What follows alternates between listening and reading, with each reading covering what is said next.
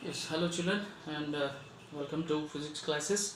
So in the last class we have seen about the ray diagrams for different locations. So in that first was beyond C we have seen. So the image location was between F and C, and today we will see about on C. So for that sake you draw a ray diagram. Okay, so before you draw the ray diagram, first you draw a concave surface and a principal axis, which is a horizontal line. Okay, and here it is pole. P stands for what? Pole of the mirror. Now here it is the location of C. C stands for what? Center of curvature. And here it is the point of F. F stands for the focus or focal point. Remember that. So now what is the next procedure? So keep or else assume that there is an object called a candle like this. So before you draw ray diagram, one thing you have to notice that, remember that you have to draw this light ray exactly at the tip of the candle flame.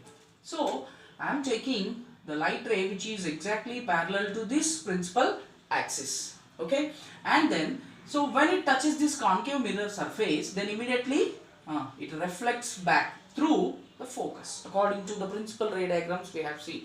And the second one is when a light ray is passing through, the focus will become parallel.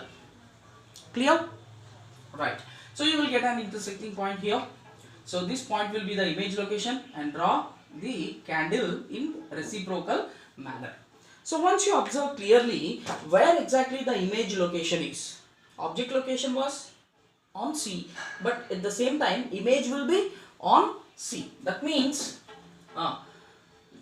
you try to write down the characteristics of the image. First thing is real. Why it is real? Because the image is in front of the concave mirror. And second one is where actually the image object was kept on C, and the image location is also on C. So the image location will be on C. How about the size?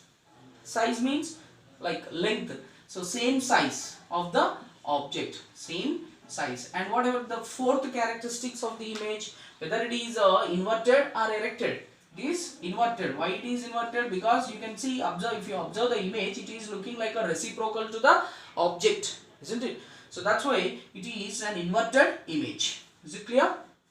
Why it is real? Because the image is falling in front of the mirror and it can be caught on the screen, and the image location is at exactly on C, and it is the same size, and it is a inverted image. Again it comes for 4 marks question, isn't it? It is also, it will comes for 4 marks, and many times it has been asked this question. So it comes for 4 marks. Very careful. So the examiner will be asking you to draw the ray diagram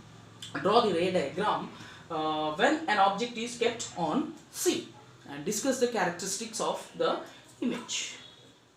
So these are the characteristical properties, and this is the ray diagram. So before, I already told you in the first video of this class, this chapter, you have to keep ready of what? A compass, bow compass. See, to draw this curve, what is the device or what is the tool you use?